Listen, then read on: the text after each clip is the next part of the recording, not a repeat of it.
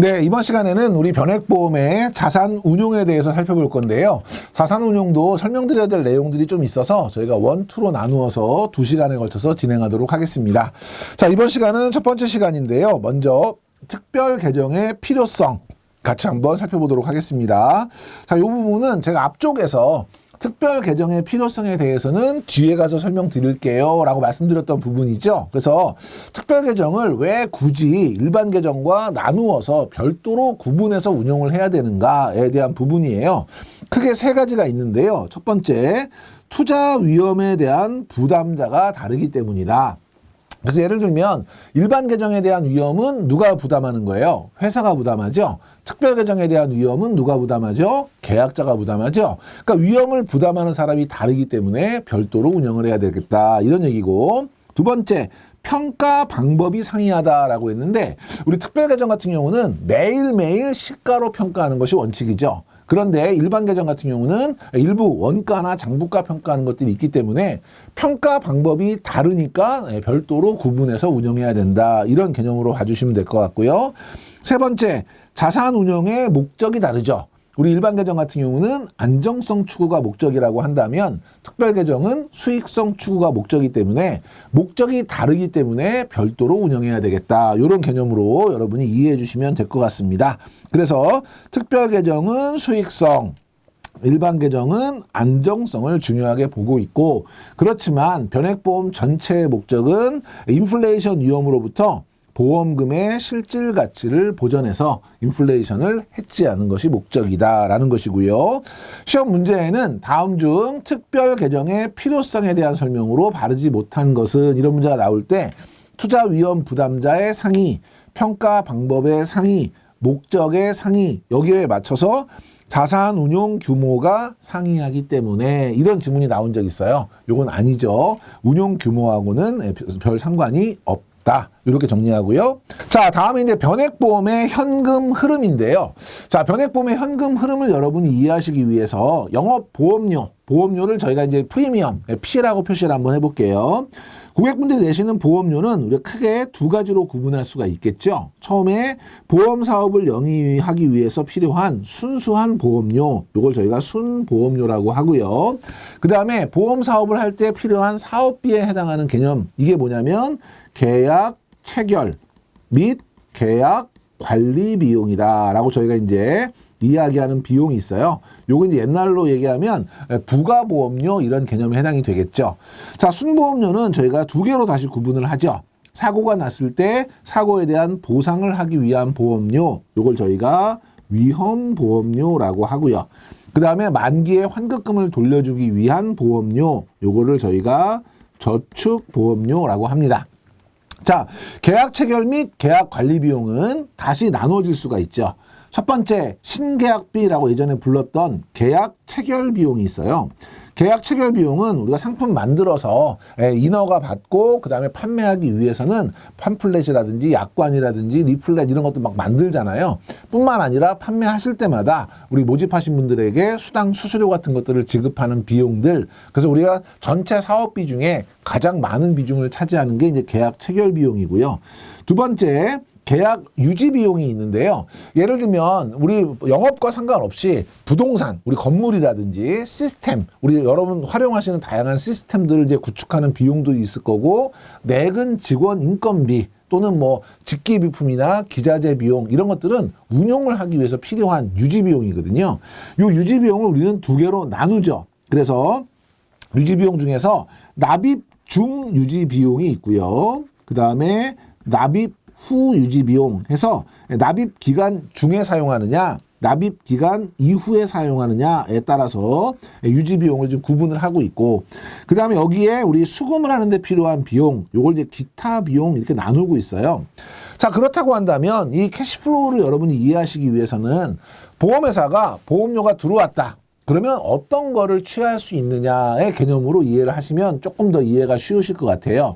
자, 예전 같으면 보험료가 들어오면 사업비는 사업의 영위를 위해서 쓰라는 비용이니까 당연히 먼저 취할 수 있어요. 그래서 옛날에는 계약 체결 및 계약 관리 비용을 전부 다 취할 수 있었는데, 지금은 납입 기간 중에 납입 중 유지 비용은 취할 수 있지만 납입 후 유지비용 같은 경우는 그 경과 기간이 지난 이후에 취할 수 있거든요. 그렇기 때문에 보험료가 들어오면 건드리면 안 되는 돈, 취하면 안 되는 돈이 일단 순보험료 전체, 위험보험료와 저축보험료, 거기에 우리 계약체결 및 관리비용 중에서 납입 후 유지 비용을 특별계정으로 넘깁니다. 그래서 한 달이 예를 들면 뭐 월납으로 내가 계약을 했다면 한 달이 보험 기간이잖아요. 그 보험 기간이 지났는데 사고가 아무도 안 났다.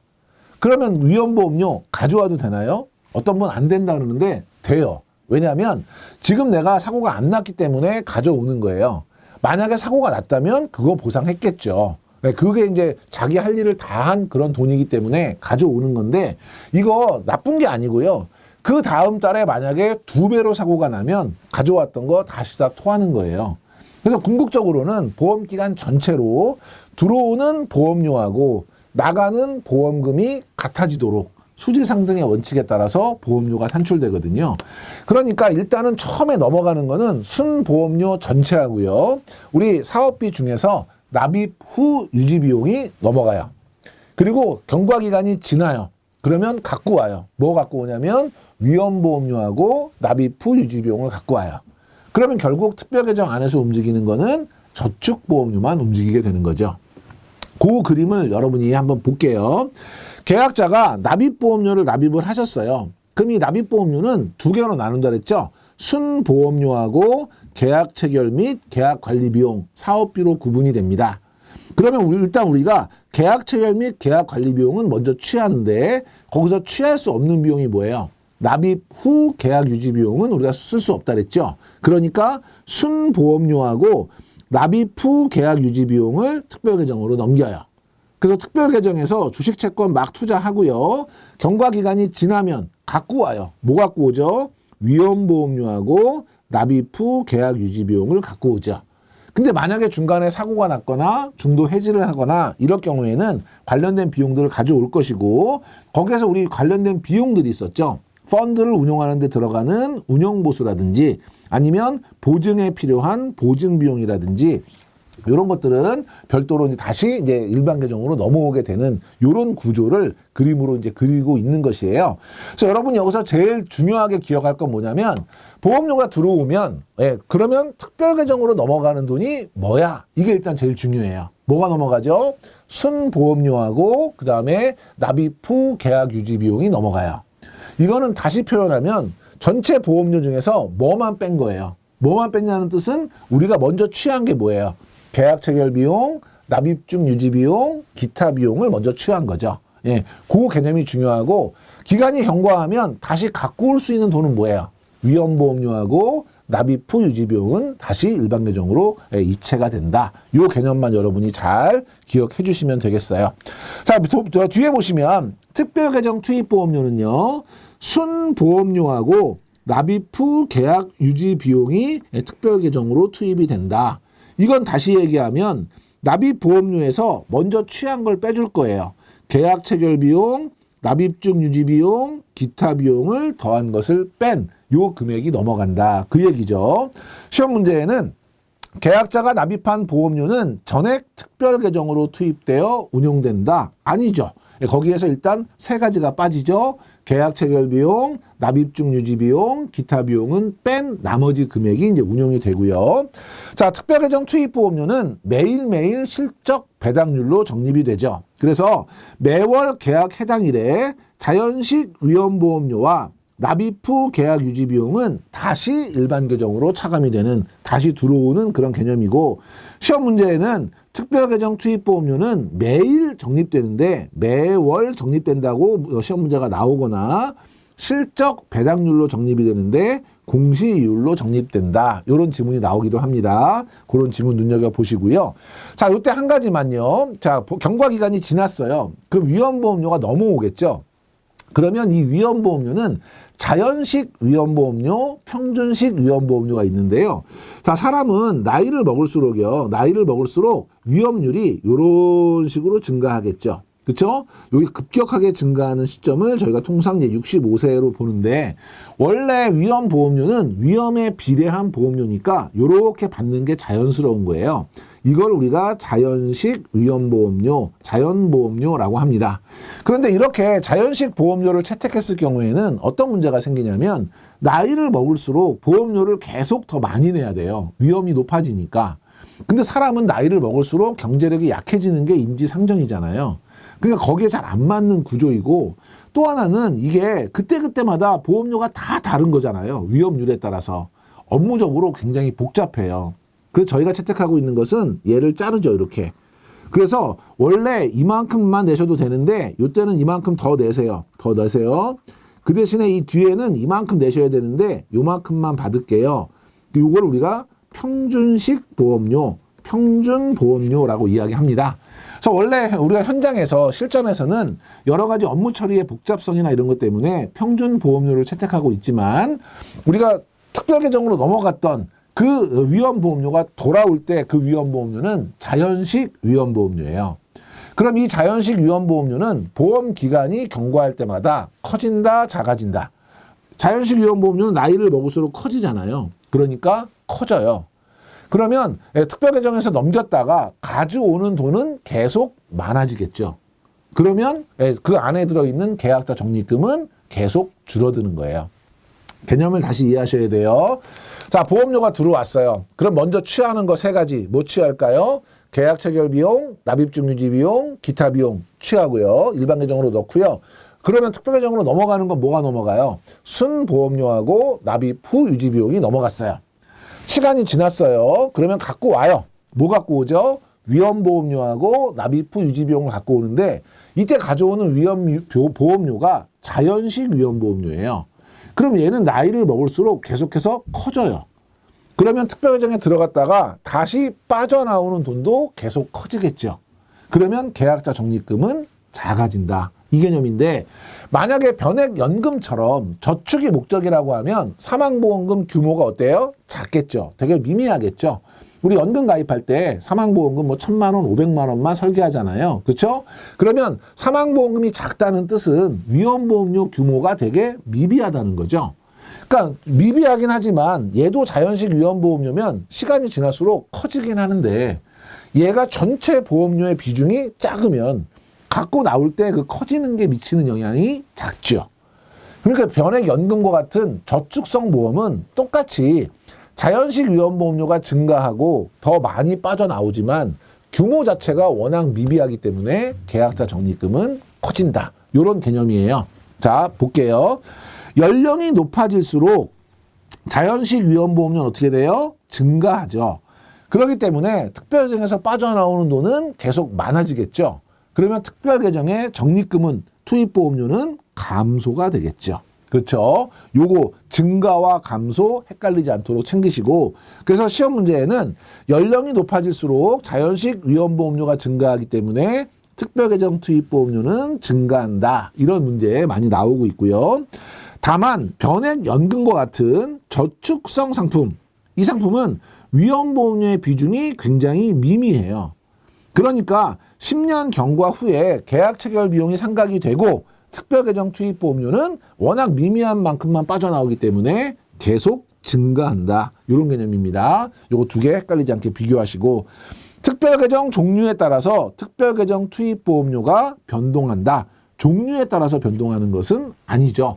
다만 위험보험료의 크기에 따라서 특별계정의 투입 금액이 커지거나 작아지는 것이지 투입보험료 자체가 변동하는 것은 아니에요. 순보험료와 납입 후 계약 유지 비용은 동일하게 특별계정으로 넘어가는 것이죠. 자, 이제 운용 보수에 대한 이야기를 한번 해보도록 하겠습니다. 특별계정 적립금에 대해서 일정률로 부과하죠. 예를 들면 운용 보수율 0.1% 그러면 이 0.1%는 뭐의 0.1%냐면 적립금에 대해서 0.1%다 이런 얘기고요.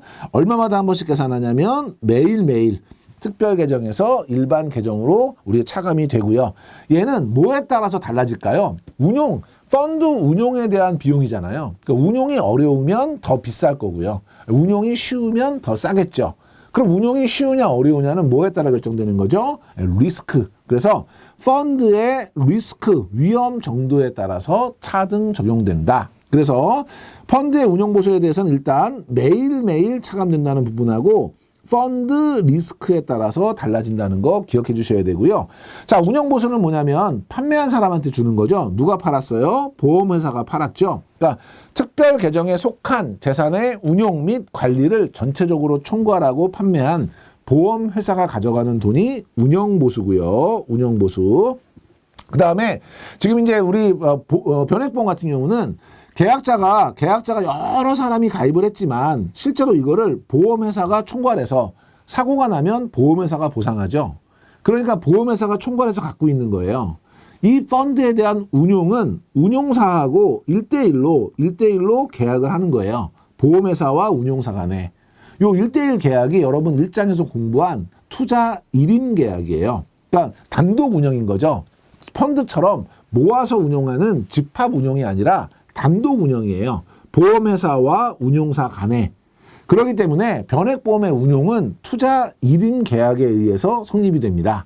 그래서 투자 1인 보수가 되는 거죠. 그럼 이건 누가 가져가냐면 여기 1인 계약에 따라서 운용을 하는 자산 운용사가 가져가는 게 투자 1인 보수고요. 수탁 보수는 운용사가 고유재산과 섞어서 운영하지 않도록 맡겨놓는 회사가 있었죠. 그 회사가 누구냐면 신탁회사였어요. 신탁업자는 자산을 보관 관리하고요. 그 다음에 운용회사가 운용 지시를 하면 그 지시를 이행하고요.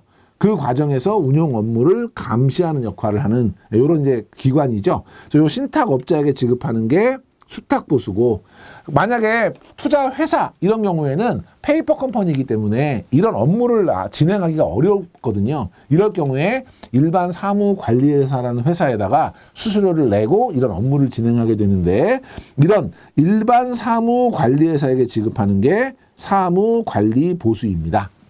시험 문제에는 박스 안에 넣어놓고 요 설명 내용을 넣어놓고 얘는 누구냐, 이럴 때 여러분이 기억할 거, 보험회사에 지급하는 건 운용보수고요. 운영보수. 그 다음에 운용사에게 지급하는 건 투자 1인 보수고요.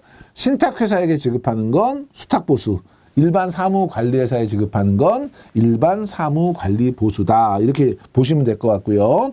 그 다음에 여기 지금 이제 위에 제가 지문에 써놓은 건 뭐냐면, 다음 중 특별계정의 운영보수에 해당되지 않는 것은 해서 1번 운용보수, 2번 투자 1인 보수 할 때 신탁 운용보수라는 지문이 나온 적 있어요. 그런 보수는 없다. 그 다음에 밑에 최저보증비용은 특별계정의 적립금에 대해서 일정률을 부과를 하고요. 매일 또는 매월 특별계정에서 일반계정으로 차감합니다. 자, 최저보증비용은 어디서 가져오냐면 특별계정 적립금에서 거기에 몇 %에서 갖고 오는 거예요. 그러면 최저보증비용은 뭐에 따라서 달라질까요? 언제 보증을 하는지, 얼마를 보증하는지, 보증 내용이나 상품 내용에 따라서 달라지겠죠. 그래서 상품이나 보증 내용에 따라서 달라집니다. 그래서 여러분이 운용보수는 리스크에 따라서, 그리고 최저 보증은 상품이나 보증 내용에 따라서 차등 적용한다. 이 두 개도 여러분 비교해서 기억해 주시고, 적용률은 변동하지 않고요. 적립 규모에 따라서 금액은 변동하겠죠. 예를 들면 최저 보증이 됐든 운용보수가 됐든 0.2%, 그러면 얘가 예를 들면 운용보수인 경우에는 특별계정 적립금의 0.2%, 그 다음에 우리 최저 보증 같은 경우는 적립금의 0.2%, 율은 변하지 않아요. 그런데 적립금이 많으면 금액이 많아지고 적립금이 적으면 금액이 적어지겠죠. 그러니까 율은 변동하지 않고 금액은 변동할 수 있다. 이런 지문인데 시험 문제에 매일 차감되는 금액은 동일하다. 틀렸죠. 왜냐하면 적립금 규모에 따라서 금액은 달라질 수 있다. 그 부분이고요. 자, 변액보험의 현금 흐름과 수수료 차감 방식인데요. 요거는 여러분이 개념적인 거 몇 개만 좀 정리하시면 될 것 같아요. 자, 위에 보면 표에 가운데 선이 나눠져 있는데 요 나눠진 기준이 뭐냐면, 변액 유니버셜에 얘는 의무 납입 기간 중이에요. 의무 납입 기간 중이라는 뜻은 보험료가 계속 들어온다는 뜻이에요. 납입이 된다는 뜻이고, 오른쪽은 자유 납입 기간 중이에요. 의무 납입 기간이 끝났다는 거예요. 그럼 얘는 우리가 뭘 할 수 있냐면 보험료가 납입 중지에서 안 들어올 수 있다는 걸 고려하셔야 되는 거예요. 자, 왼쪽에 납입보험료는요, 우리 의무 납입 기간 중에는 정액 정기납 일정한 금액이 쭉 들어오겠죠. 간혹 뭐 추가 납입이 될 수도 있고요. 그럼 여기에서 우리가 들어오자마자 계약 체결 및 계약 관리 비용을 차감합니다. 여기는 뭉뚱그려 써 있지만 우리는 알아요. 보험료가 들어왔어요. 차감할 거예요. 먼저 뭐 차감할까요? 계약 체결 비용, 납입 중 유지 비용, 기타 비용을 차감하죠. 그리고 특별 계정으로 넘깁니다. 특별 계정으로 뭐가 넘어가죠? 순보험료하고 납입 후 계약 유지 비용이 넘어가겠죠. 그러니까 그 넘어간 금액에서 기간이 경과가 되면 월 공제액을 차감합니다. 월 공제액 뭐 차감하죠? 위험보험료하고 납입 후 유지 비용이 다시 일반 계정으로 들어오겠죠. 그래서 자연식 위험보험료하고 납입 후 계약 관리 비용. 우리 교재에는 납입 후 계약 관리 비용이라고 써 있지만 우리는 알죠. 납입 후 계약 유지 비용이 들어올 거예요. 자, 그리고 여기서 비용이 빠지겠죠. 어떤 비용이 빠질까요? 최저 보증 관련된 비용하고 펀드 운용 관련된 비용이 빠질 거예요. 그러니까 특별 계정의 운용 보수가 차감됩니다. 매일매일. 얘는 뭐에 따라서 달라진다 그랬죠? 펀드의 리스크. 그러니까 운용 형태나 리스크에 따라서 차등하게 되는 거고요. 두 번째, 최저 보증 비용이 차감되죠. 매일 매월인데 통상적으로는 역시 매일이고요. 얘는 뭐에 따라 달라지죠? 상품이나 보증 내용에 따라서 달라지게 되죠. 그러면 이런 것들이 차감되고 나서 이 특별계정 운용 실적을 반영해서 계약자 적립금은 매일매일 변동하게 되는 이런 기본적인 모양이에요. 그런데 문제는 오른쪽에 자유납입기간 중이에요. 그럼 얘는 보험료가 들어올 수도 있고요. 경우에 따라서 안 들어올 수도 있어요. 그럼 어떡하지? 그래서 얘는 어떻게 하냐면요. 모든 것들을 계약자 적립금에 다 넣고요. 나중에 월 대체 보험료로 기간이 끝나면 한꺼번에 다 갖고 오는 시스템이에요. 그 대신에 한 가지, 수금이 되면 수금비를 먼저 띄고요. 수금비가 기타 비용이죠. 수금이 안 되면 아예 기타 비용은 못 받는 거예요. 그러니까 자유납입 기간 중에는 이렇게 하는 거예요. 자, 만약에 보험료가 들어왔어요. 그러면 거기서 뭐만 떼요? 수금비, 기타 비용만 띄고 나머지는 다 적립금에 넣어요. 그리고 나중에 한꺼번에 다 갖고 오는 거예요. 뭐 갖고 올까요? 계약 체결 비용, 그 다음에 납입 중 유지 비용, 납입 후 유지 비용, 위험보험료 한꺼번에 다 갖고 오는 거죠. 근데 만약에 돈이 안 들어왔어요. 그러면 납입이 중지됐으니까 수금 안 했잖아요. 수금비 못 띄죠. 기타 비용 못 띄어요. 그러면 들어온 돈이 없으니까 계약자 적립금에서 한꺼번에 다 갖고 와요. 뭐 갖고 오죠? 위험보험료, 계약 체결 비용, 납입 중 유지 비용, 납입 후 유지 비용 다 한꺼번에 갖고 오는 거예요. 자, 보시면 얘는 자유납이에요. 그러니까 보험료가 안 들어오면 뛸 게 없고요. 먼저 가져올 게 없고 보험료가 들어왔다. 보험료가 납입이 됐을 때 기타 비용을 먼저 차감합니다. 수금비이기 때문에. 그래서 보험료가 들어왔더라도 기타 비용 띄고 나머지는 다 넣어놓는 거예요. 특별계정으로 다 넣어놓는 거예요. 갖고 올 때 한꺼번에 다 갖고 와요. 이걸 우리가 뭐라고 부르냐면 월 대체 보험료라고 부른다 그랬죠. 그럼 이때 뭐 갖고 와요? 자연식 위험보험료 당연히 갖고 오고요. 계약 체결 및 계약 관리 비용 우리는 알죠. 계약 체결 비용, 납입 중 유지 비용, 납입 후 유지 비용, 기타 비용은 어차피 앞에서 떼었으니까 빠지는 거고요. 다 갖고 오는 거예요. 그리고 선택 특약이 있다면 특약보험료 한꺼번에 갖고 오고요. 마찬가지로 특별계정의 운용보수, 최저보증비용 띄고요.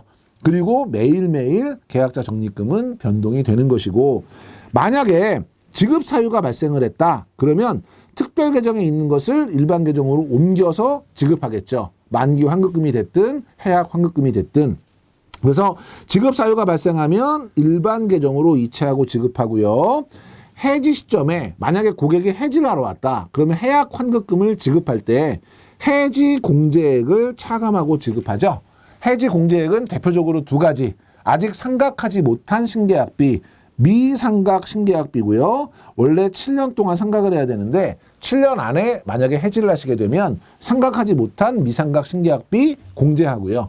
그 다음에 만약에 중간에 대출을 받으셨는데 상환하지 않은 원리금이 있다. 그러면 미상환 대출 원리금을 공제하게 됩니다. 그래서 해지 공제액은 대표적으로 미상각 신계약비와 미상환 대출 원리금 이 두 개 합친 거를 공제하고 지급한다. 이렇게 이해하시면 될 것 같고요.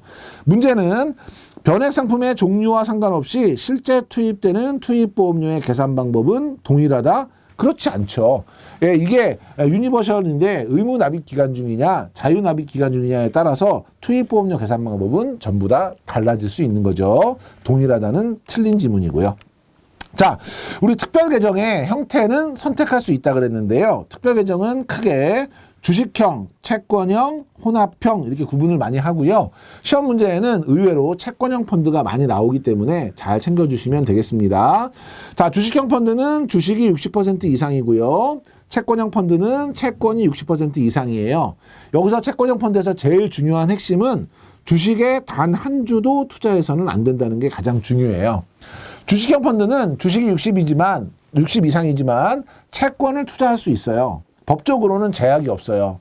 그런데 채권형 펀드에는 법적으로 주식을 단 한 주도 편입할 수 없도록 규제하고 있고요.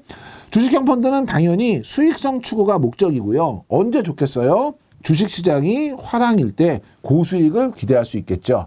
그럼 언제 안 좋겠어요? 주식시장이 안 좋을 때, 폭락할 때 원금 손실 발생이 가능하고요.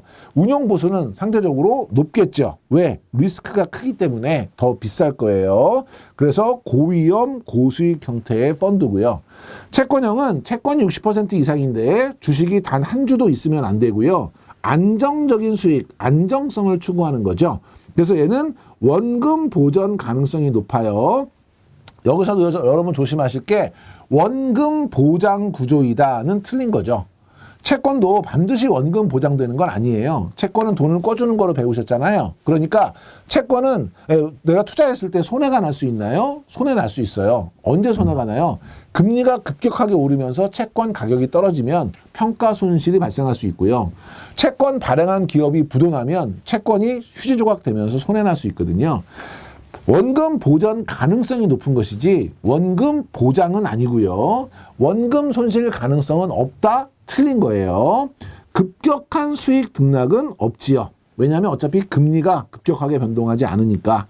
단점은 고수익을 기대하기는 곤란하죠. 안정적인 수익은 얻을 수 있지만 그래서 저위험 저수익이고요. 이 두 개가 섞인 게 혼합형이죠. 그래서 채권 40% 이상, 주식 60% 미만인데 실제로는 주식과 채권이 섞이면 혼합형이에요. 그럼 가운데 50대 50에서 만나겠죠. 그래서 주식이 50% 이상이면 주식 혼합형, 채권이 50% 이상이면 채권 혼합형 이렇게 저희가 부르고요. 채권의 안정성과 주식의 수익성을 동시에 추구할 수 있고요. 주식 혼합형, 채권 혼합형으로 구분할 수 있고요. 단점은 주식시장이 화랑 시 주식형에 비해서 수익률이 저조할 수 있는 게 단점. 상대적으로 주식형에 비해서는 높은 수익을 기대하기 어렵다는 것이 단점이 되겠죠. 그래서 중위험, 중수익 상품이다. 채권형 펀드는 주식은 단 한 주도 투자할 수 없지만 주식 관련 사채, 신주 인수권부산채라든지 전환사채 이런 것들 얘기하죠. 채권 관련 파생 상품에는 투자할 수 있고요. 단기 채권형 펀드, 우리 MMF라고 통상 부르는 거죠. 이거는 원금 손실 발생 가능성이 거의 없는 이런 펀드를 단기 채권형 펀드라고 한다. 특히나 여기에서는 채권에 대한 부분, 채권형에 대한 부분, 위에 문제 보시면 채권형 펀드는 주식의 30% 이하로 투자할 수 있다. 단 한 주도 투자할 수 없다. 이런 지문도 챙겨두시면 되겠습니다. 자, 이번 시간에 이렇게 해서 우리 자산 운용에 대해서 우리 첫 번째 시간 살펴봤고요. 다음 시간에 우리 변액보험의 자산 운용 계속해서 살펴보도록 하겠습니다. 이번 시간에 강의 들으시느라고 수고 많이 하셨습니다.